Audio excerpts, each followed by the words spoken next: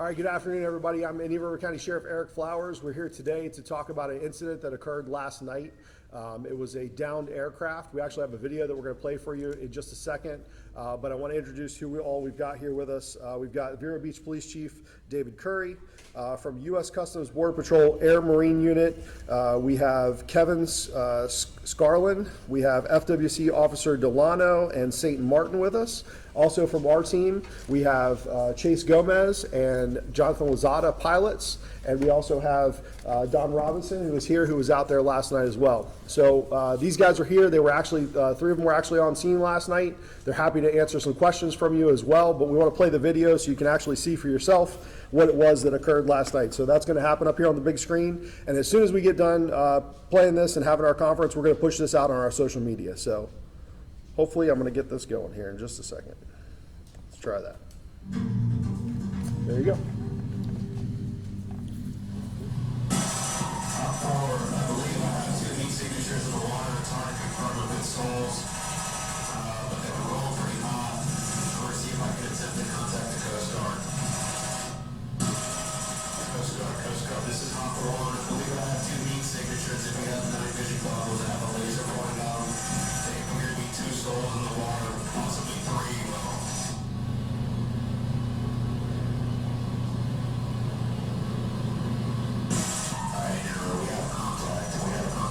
Coast Guard is on scene, or I believe there's a vessel on scene. Stand by for rescue. Coast Guard, you have 2 that you're in contact with. There's 1 more about your 11 o'clock. He's drifting on it by themselves. Do you copy? Thank you. Alright, 2 have been given rescue beacons. They're making contact with where the helicopter is hovering overhead now. I believe more vessels are coming on board.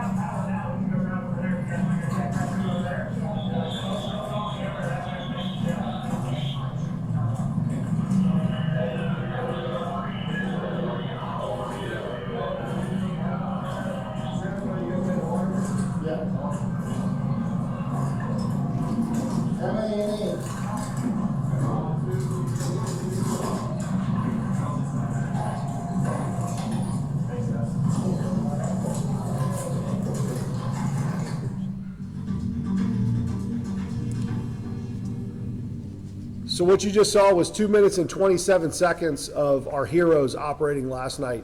This started last night around 8:30 p.m. with a Mayday call to the Vero Beach Tower. We also had a gentleman, Mr. Rose, who was at Sexton Plaza, who called the Vero Beach Police Department. He saw the plane go down. All of what you just saw occurred about 3 to 4 miles off the coast of Indian River County, off the coast of Vero Beach, just out there off of South Beach. And it was a group effort. You saw in that video, the fire department, they're not here today. They did a great job. They brought their boat out. FWC, Coast Guard Air Marine Unit was on the ground as well. Our team all worked together. As a matter of fact, as a result of this, air traffic was actually stopped. So regular planes that were coming through the area were paused while the Coast Guard came up from Miami with their air assets. They took about an hour to get here. Our team was on scene in a relatively short amount of time, and this is just an incredibly heroic event that our team was able to work with these other agencies and pull together and save these 3 folks who otherwise would probably be dead out there today if it weren't for their efforts. So I'm just incredibly proud of all the agencies, all the people that were on scene, and all of our teams for pulling together the way that they did to save these people and just make sure that they made it out alive. With that, we'll take some of your questions. Nick? Did the flight take off from the Vero Beach Regional Airport? Do we have the origins of the flight? I don't think we know I that. think it was Palm Coast. Palm Coast. They were on a flight plan to come into Vero, so they did call Mayday to the Vero, and they did have a planned flight path to Indian River County, to the Vero Beach Airport. So, but we believe it was Palm Coast they left out of. Okay. And for the pilots, can you talk about the dark conditions and how that played a role in?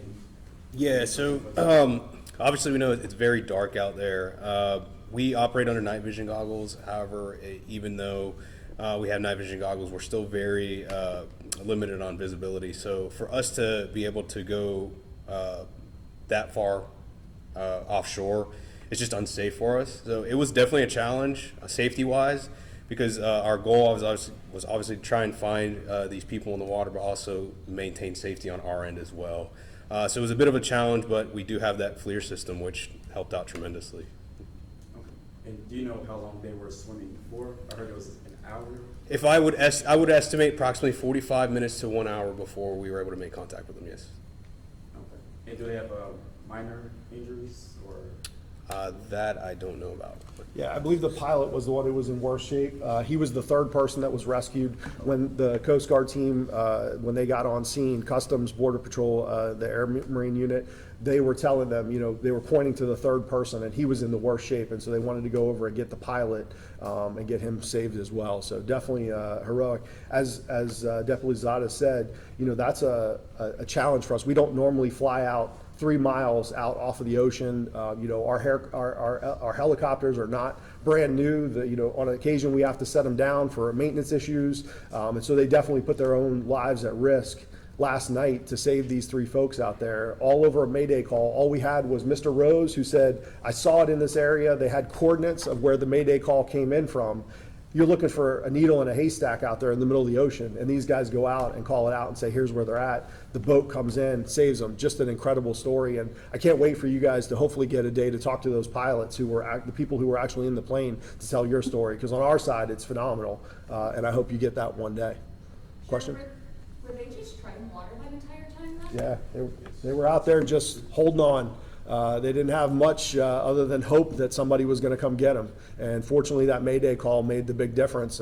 They did get the coordinates, and that made a difference for us. I mean, they were our pilots were looking for debris. They were looking for remnants of an aircraft. There was no debris out there. There were 3 heads bobbing in the water. That's it.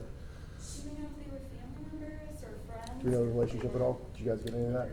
No, we didn't get any of that information. We were taking care of them. We got them out and healthy and taken care of. That was our main concern, getting them back to shore. I'm sure that the fire partners who checked them out got all that information. It's something that we're still working through. It took us today to get this video processed for you guys just to be able to tell the story. So we wanted to get this story out. And I'll tell you this, our folks transitioned from this last night, and in my 22 years, I don't ever remember our team going out and saving a downed plane. It's not something that we regularly train for or talk about. I mean, we talk about ocean rescues, but it's not something that we do regularly. These guys came out and did a phenomenal job, and then turned around, and tomorrow we're going to provide a video to you where they went to the mall, and our team went out there and took down 2 South Florida guys who were trying to steal copper out of the AC units off the top of the mall. So these folks are heroes. They're out there doing this every night while the public is sleeping. They're saving people off the ocean. They're stopping bad guys from pillaging our county. And it's just it's a blessing for me to be able to work with such great people, and to see our team come together like this is just amazing. So the plane was completely submerged by the time you guys got out there? Yeah, you guys want to talk about it? Yeah, so our initial arrival on scene was my thoughts was to look for some type of wreckage, and there was nothing but ocean out there. From what I believe is it was completely submerged by the time we were on scene. Did it get pulled out, or is it still? I don't know if there are any recovery efforts to get it out, or if they'll even ever find it. More than likely not. You're talking about 4 miles. Yeah, more than likely, no. 3 to 4 miles out there, as deep as that's going to be. Nobody's going to go. Was it your vision goggles is what spotted the people in the water? Actually, it was our FLIR system in the video that you saw.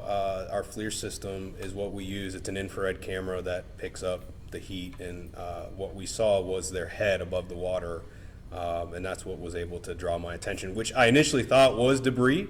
And then when we zoomed in, we noticed that it was 3 separate heat signatures, and I could identify them as actual people in the water. And what went through your mind when you saw that?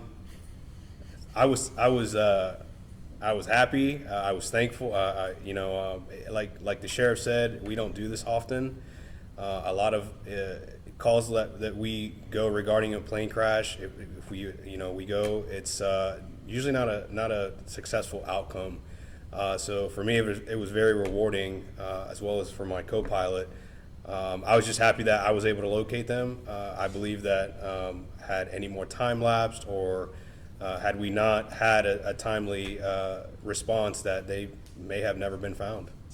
Can you speak a little bit to, in your position, the difference of spotting somebody that you're looking for on land versus in the water, which is more challenging? Is there much of a difference at all, what you're looking for? Yeah, so land spotting is a lot easier because a lot of things on land, they retain heat, but they also release heat quicker. When you're looking at a wide body of ocean, it all looks the same, right? So the water's all the same temperature, and so it makes it a lot difficult. The success for finding somebody in the water is a lot less than actually finding somebody on land.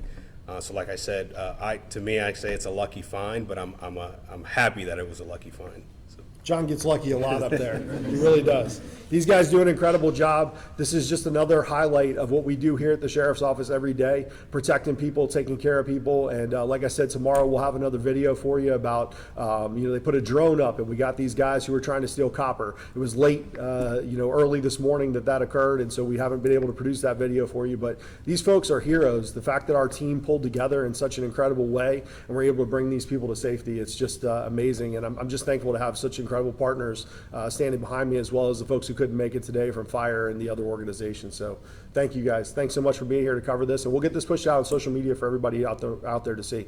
Thanks for being here.